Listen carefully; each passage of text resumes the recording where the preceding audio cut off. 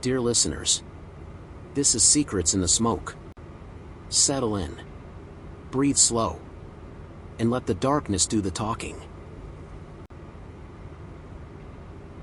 Have you ever ignored your instincts so completely that your own body rebelled against you? Heart hammering, skin crawling, something in your chest screaming, don't. But you did it anyway.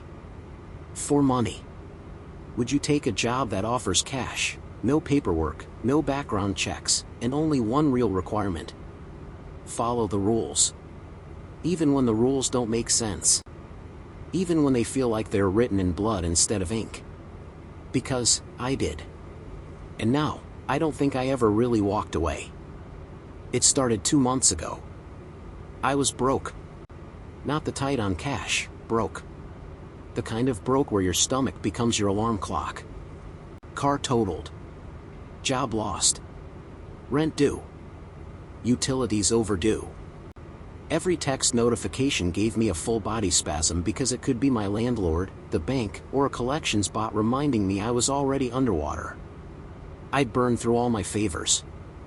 I was out of people to borrow from, out of lies to tell myself, and out of the kind of luck that keeps you coasting. Then I saw the ad. Buried in a forgotten corner of Craigslist, under the etc. category.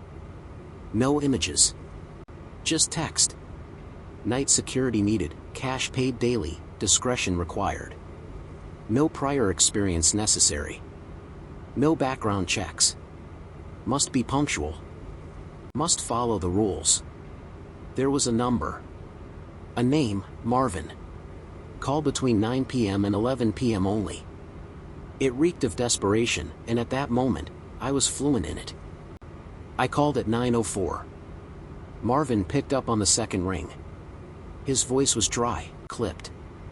Not unfriendly, just efficient. You want the job? He asked. Not what's your name, not tell me about yourself. I guess I need to know what it is first. Night security. Pine Shadows Mall. Starts tonight. That dead mall on the edge of town? Only mall still technically open, he said. Technically. No interview? No paperwork? You just hire people over the phone? I asked. I hire the ones who show up, he said, then gave me an address. Back entrance. 11:50 sharp. Don't be late. He hung up. Pine Shadows Mall used to mean something. I remember coming here as a kid. Birthday parties. Movie premieres. Pretzels and neon signs. It had a pulse then, a hum of life echoing from every food court and arcade cabinet. But by the time I showed up, the place had already been gutted. Only a handful of stores still operated during the day, mostly clearance outlets and dying franchises clinging to rent deals. At night, the place was a crypt. A concrete lung that had stopped breathing years ago. The lot was empty except for a dented blue sedan parked under a crooked light pole. The lamp above it flickered like it was fighting sleep. Marvin was leaning against the dock door, short and wiry, with skin like wax paper and eyes that moved more than he did. Every few seconds he glanced over his shoulder, like he was expecting the shadows to cough. You're early, he said. Is that a problem? I frowned. No. Early's good. Late's bad, he replied. How bad? I asked with an intention to start a conversation. But he didn't answer. Instead, he handed me something, a laminated card the size of a phone. It looked homemade. Faint scratches on the plastic. Corners a little worn. Read this, he said. Memorize it. Don't break it. Don't bend it. Don't get clever. The card read. Night shift guidelines, Pine Shadows Mall. Clock in by 11:55 p.m. Never later. Lock the main doors. All of them. Between 12:15 a.m. and 1 a.m., avoid the east wing. No matter what you hear. If you see someone on the food court carousel, do not acknowledge them. Walk away. At 2:33 a.m., check the toy store. If the clown doll is missing from the window, leave immediately. Never fall asleep. I laughed before I could stop myself. Are you serious? Marvin didn't laugh with me. Not even a smirk. Just stared. You think this is funny? He said with something more than anger in his eyes. Kinda. Rule 5 especially. The clown doll? Really? I tried to explain. He leaned in, his voice low. You follow the rules, or you end up like Gary. Who's Gary? I demanded. He stared at me for one long, unblinking second. Then turned away. Clock in at 11:55. Most sane people would have left. Called a friend. Laughed about it over beers. But I wasn't feeling very sane. I needed the money. I needed something. So I stayed. The interior of the mall felt worse than the outside. The temperature dropped the second I crossed the threshold. It wasn't the cold of poor heating, it was unnatural, like the walls themselves had been sitting in a walk-in freezer. The lights buzzed overhead like dying insects. A sickly yellow hue flickered across cracked tile floors and shuttered storefronts. Some of the store names were still intact, but most were covered in grime or half-ripped signs. The kind that turns skin pale and shadows harsh. The scent was what hit me hardest. It wasn't the musty, closed-up air you'd expect. It was something sharper. A strange mix of burnt plastic and floral cleaner, like someone was trying to hide the smell of something rotting beneath. I walked past old kiosks, abandoned booths with faded signs that once hawked phone cases and cheap jewelry. Dust clung to everything. The kind of dust that looks disturbed even when you're sure no one's touched it in years. All the storefronts were dark. Some still had mannequins in the windows, posed like frozen corpses in promotional gear. Others were completely stripped down, nothing but broken tile and torn-up carpet. A security desk sat near the central junction. Outdated monitors showed grainy black and white footage from various corners of the building. Half of them were static. I clocked in at 11:55 p.m., exactly. The ancient punch clock beside the empty security office made a sickly crunching sound, then spit out my time card like it didn't want to touch it. I made my first round. I began locking every exterior door. Marvin had underlined that part on the card, every last one. Locked the 6 main entrances. Each one had a separate key. Some locks protested. One of them nearly snapped off in my hand like they didn't want to cooperate. I had to yank and push and swear under my breath as I turned the keys. By the time I got the last one bolted, my shirt was sticking to my back. But I got them all sealed by 12 a.m. And then I stood at the edge of the east wing. At exactly 12:15 a.m. I was standing at the junction that led to the east wing. The air changed. It wasn't just colder. It felt heavier. Thicker. The air that carried a hum, not mechanical, but organic. Like a breath echoing through an old pipe. You'd think it'd be hard to ignore something ominous. You'd be wrong. The lights above the east wing flickered faster than the rest of the mall. The kind of flicker that looks like strobe lighting. And beyond the first few storefronts, the hallway stretched into darkness. The east wing wasn't just dark, it was wrong. And then it began. Children laughing. Soft. Musical. Coming from nowhere and everywhere all at once. The kind of laughter that should have made you smile, but instead made your stomach knot. There were no kids in that mall. There hadn't been for years. The laughter echoed like it was bouncing through drain pipes. Joyful and twisted. I heard a song. No. A rhyme, something about spinning and catching and counting to 10. I stood frozen, eyes locked on the darkness stretching down the hall. My instincts screamed at me to check it out. That's what security guards do, right? No. I didn't investigate. The card in my pocket was suddenly heavy. Almost hot. My hand moved to the card in my pocket. Avoid the east wing. No matter what you hear. So I turned. Walked away. Every step was like walking through water. Heavy. Reluctant. But I obeyed. As soon as I passed the vending machines and left the corridor behind, the laughter stopped. Dead silence. That made it worse. That was the first time I felt it watching me. Not Marvin. Not a person. The mall. Like the building itself knew I was there. This mall at night was a different beast. I'd seen dead malls before, passed them off as nostalgic eyesores. But Pine Shadows wasn't just empty, it was hollow. Like the walls had absorbed every scream, every whisper, every echo of life, and decided to keep them. My next round took me to the food court. Most of the chairs were stacked, but a few remained scattered, as if someone had sat down to eat years ago and never got up again. The floor tiles were cracked in places. The neon signs above the former vendors flickered with ghost colors. And then I saw it. The carousel. It sat in the center of the food court like a relic. A small, child-sized ride with peeling paint and silent horses mid-gallop. The kind of thing you'd expect to find in a 1980s arcade commercial. I'd noticed it during orientation but didn't think much of it. Until now. Because someone was on it. A man. Wearing a gray hoodie. Sitting completely still atop a faded white horse with blue reins.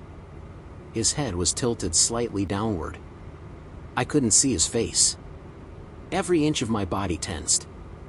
I wasn't sure how he'd gotten in, every door was locked. No alarms had tripped. No cameras had pinged. Nothing made sense. I didn't look at him long. Just long enough to feel the wrongness radiating from him like heat from an open oven. The rules came back to me. Rule 4. Do not acknowledge them. Walk away. So I did. My pace steady. Breath shallow. Eyes forward. As I rounded the corner into the storage hallway, I allowed myself one glance back. The carousel was empty. No sound. No motion. Just me, and the sick realization that I'd been watched. 2:33 a.m. The moment burned into my memory now, but that night I approached the toy store with curiosity more than fear.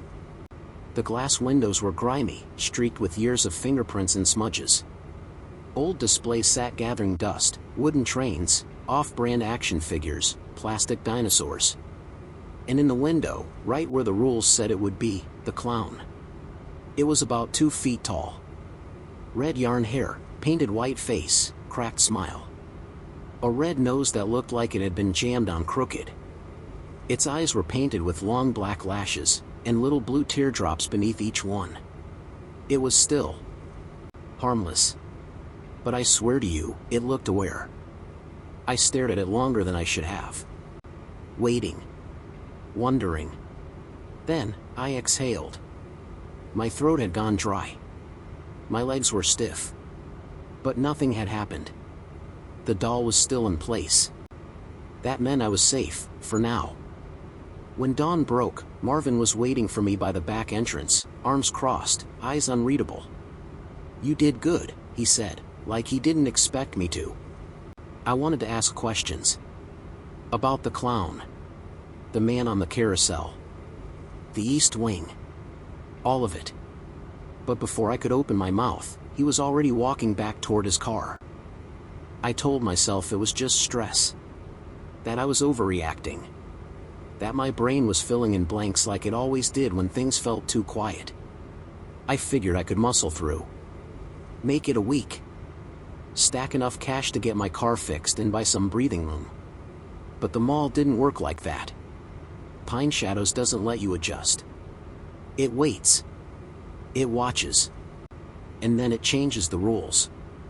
Night 3 is the shift that broke me. That was the night I made my first real mistake. It wasn't anything dramatic, just 2 minutes late. I missed clock in by 2 goddamn minutes. My ride bailed on me last second.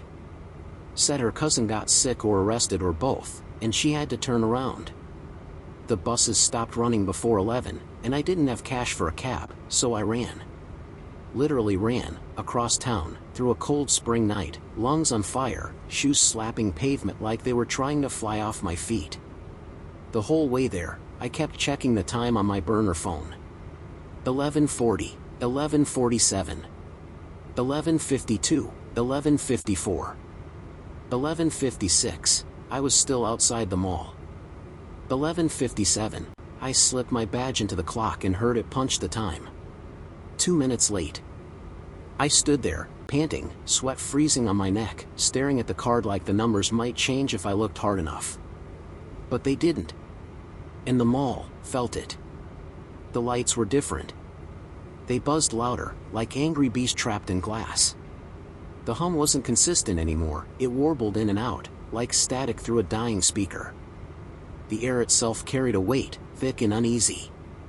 Every shadow felt a foot too long.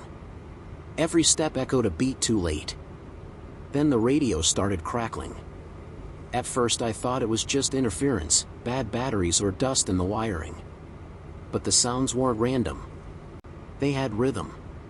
Patterns. Phrases almost spoken too fast and too low to catch fully. It was like something was trying to talk through the static. Then I noticed the doors. Doors I had locked on previous nights were now wide open. Not all of them. Just enough to make it feel deliberate. Like they wanted me to check. I didn't. I turned right around and locked them again. Fast. The second the deadbolts clicked into place, I heard something move on the other side. Not a person. Not an animal. Something else. 12:15 a.m. The east wing began to breathe. I don't have a better word for it. The whole hallway felt like a throat inhaling. Air pressure shifted. Lights dimmed. Then came the footsteps. Heavy. Slow. Measured. Not the patter of a child, not the shuffle of a homeless squatter. These sounded like boots. Big ones. And dragging behind them, metal. Like someone was pulling a length of chain or scraping a shovel across tile. I couldn't breathe. I backed into the janitor's closet, shut the door behind me, and sat on a bucket with my hands clenched around my radio, listening to something move just outside. I didn't come out until 1:01 a.m. When I did, the hallway was empty. Except for the floor. Scratches. Long, deep gouges in the tile. As if someone had taken a rake and dragged it violently across the ground in looping patterns. Some were in arcs. Others straight lines. But they all stopped just inches from the janitor closet door. I didn't say a word the rest of the shift. I didn't even breathe loud. Marvin was waiting for me the next morning, as usual. But this time, he didn't speak. He just handed me a new laminated card. It wasn't worn like the others. It was fresh. Clean. Like it hadn't been handled before. I flipped it over. Updated night shift rules, Pine Shadows Mall. If you miss clock in, stay outside. Don't come in until 1:01 a.m. Apologize aloud when you do, and hope it's accepted. If you hear any strange sounds, close your eyes and chant, "We shall obey. We shall obey." If doors are unlocked when they shouldn't be, relock them. Fast. Never open the gate to the children's play area. Not even if you hear crying. I held the card for a long time. Marvin didn't say anything. Just watched me. Like he was studying a patient who'd just been told they were terminal. Who writes these? I finally asked.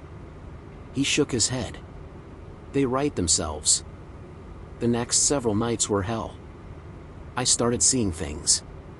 Not full hallucinations, just quick flashes. Something flickering in the corner of my eye. A silhouette ducking into a store aisle. A face behind a window that wasn't supposed to have anyone inside. Once, while walking past the sunglass hut, I saw a woman behind the counter. She was too still. Her arms hung at her sides. Her hair was jet black and bone straight, falling in perfect strands over a face that looked wrong.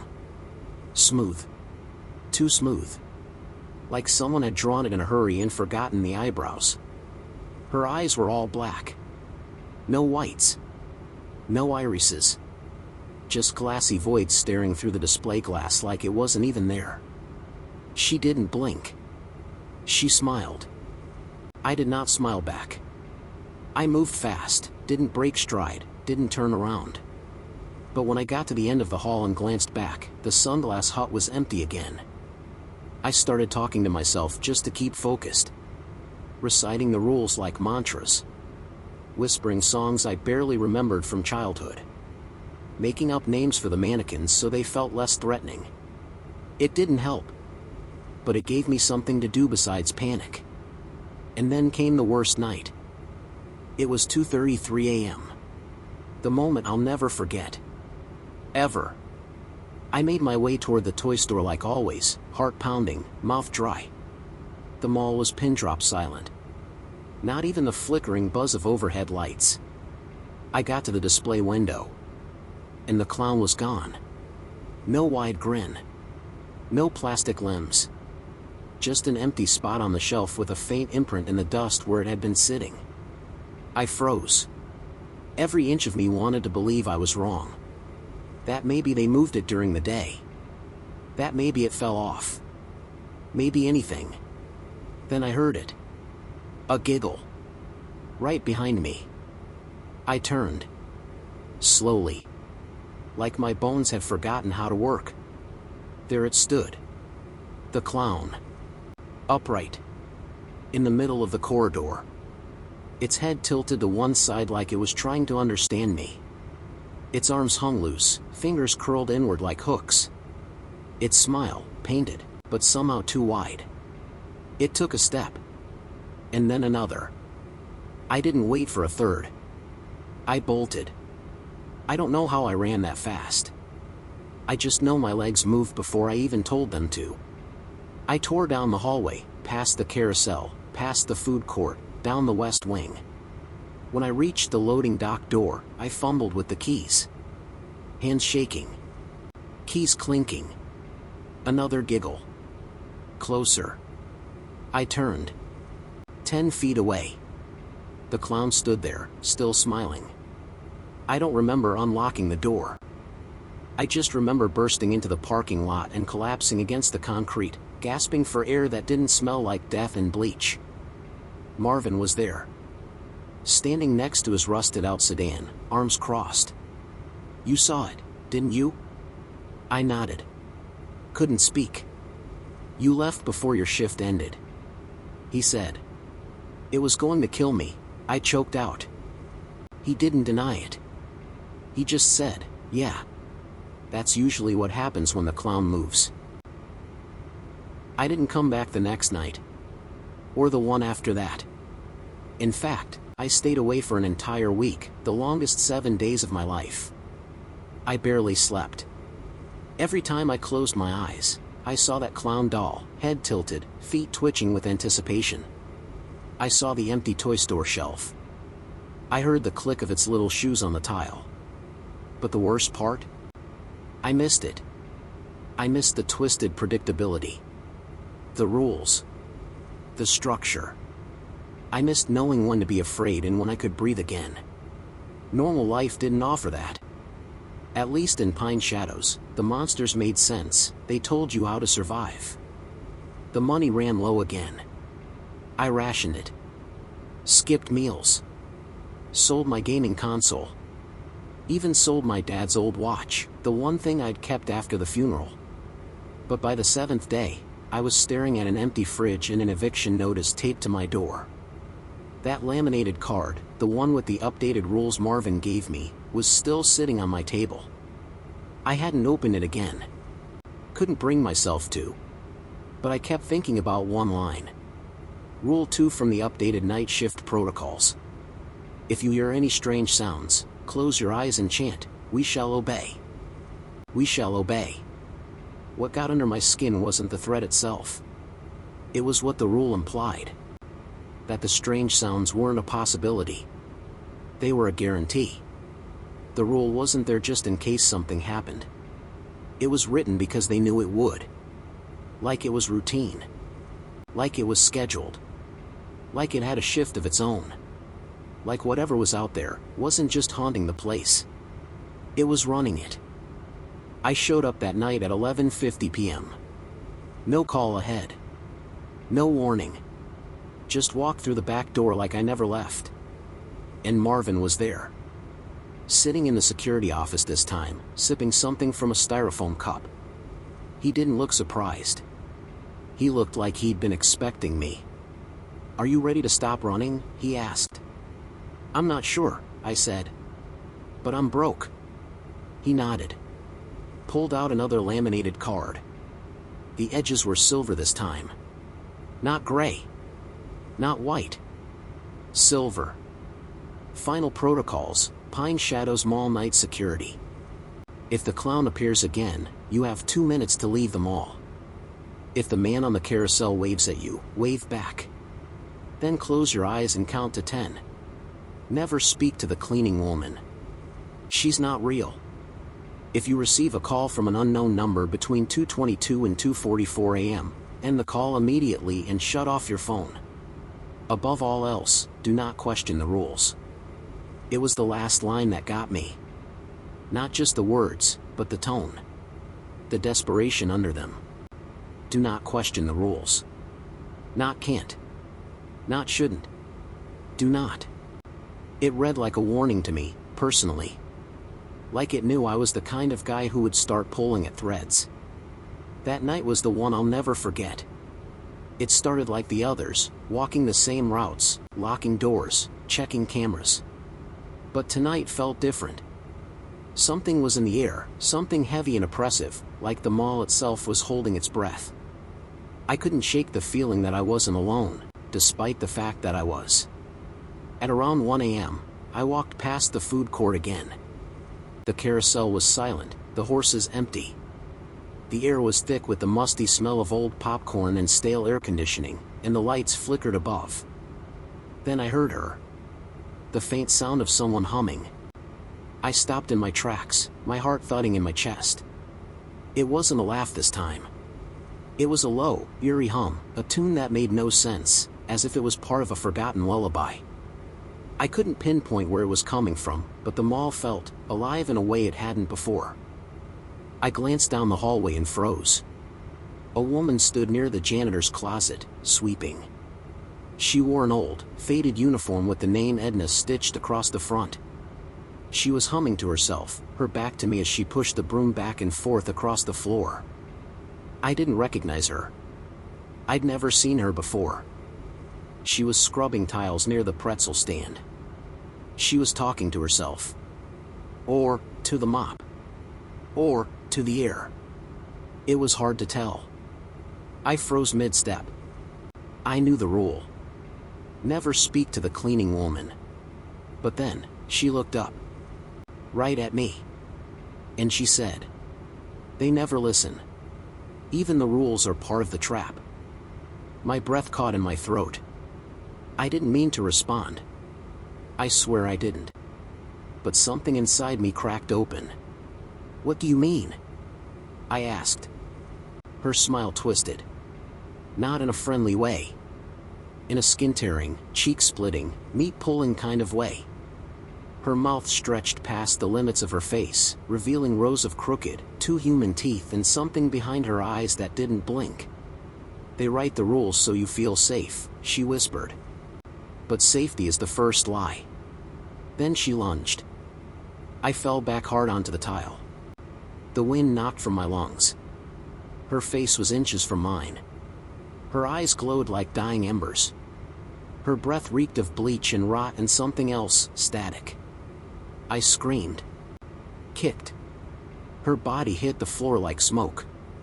No weight. No substance. She vanished in a cloud of gray mist that hissed and curled and drifted upward like steam from boiling skin. I didn't go for the exit this time. I ran to Marvin's office. I needed answers. I needed the truth. I needed sense. The office was dark.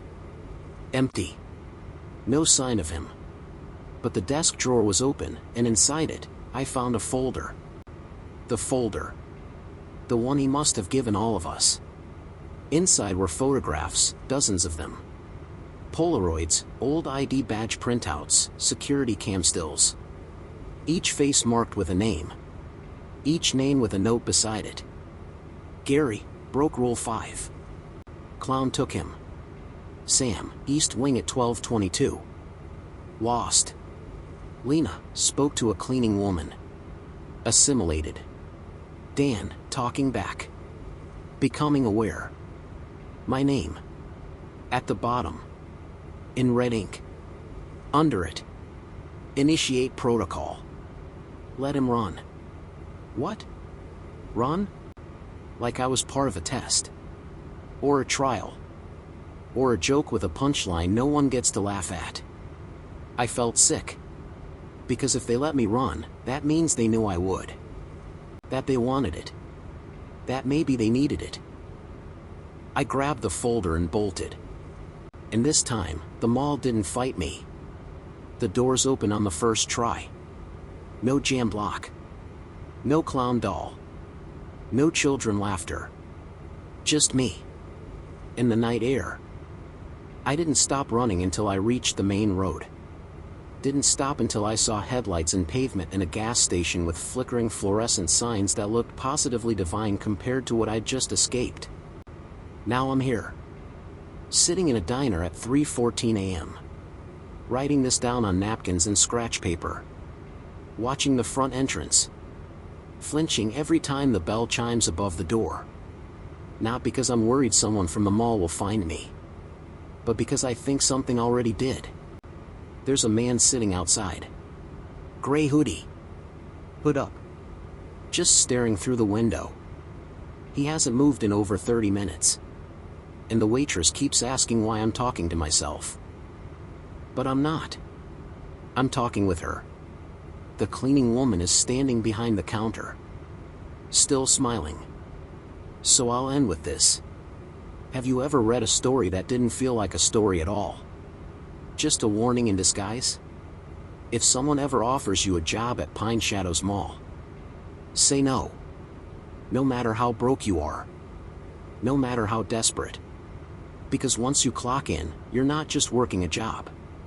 You're signing a contract you don't understand. And if you've already worked there, check your pocket. You might find a card. A new one. With your rules. And next time, they might not let you leave. Hey. Thanks for listening. If that story gave you chills, imagine what's coming next. Hit subscribe, drop a like, and share it with someone who thinks they're brave enough. We'll see you in the next nightmare.